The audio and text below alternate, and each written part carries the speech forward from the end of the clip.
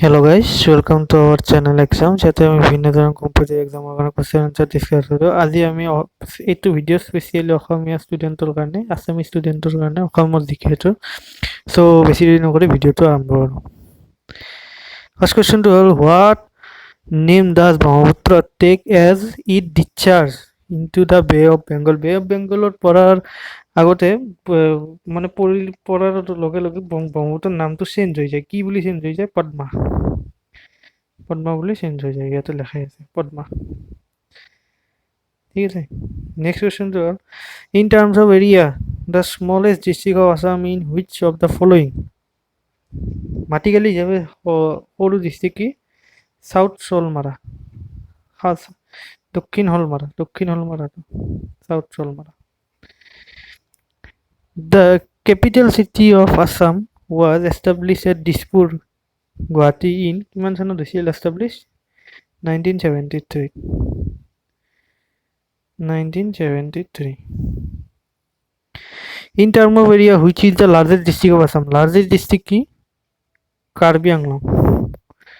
Karbi Anglong উত্তৰ কথা পাৰ্বত্য জিলাৰ largest district.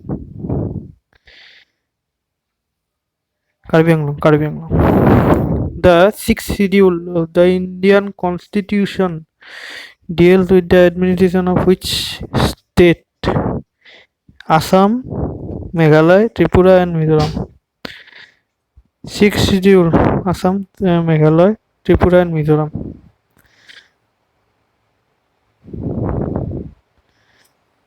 Next, when was the Kaziranga park declared as a national park? The national park বুলি কিমান চনত ডিক্লেয়াৰ কৰা হৈছিল? 1974 কৰা হৈছিল। 1974 কাজিৰঙা নেশ্যনেল পাৰ্ক বুলি ডিক্লেয়াৰ কৰা হৈছিল।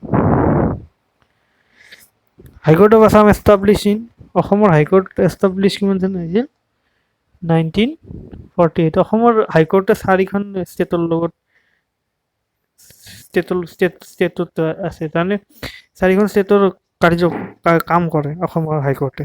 4খন ষ্টেটৰ বাবে এটাই হাইকোৰ্ট আছে। 1948। Total area of Assam is, অসমৰ টোটেল এৰিয়া কিমান?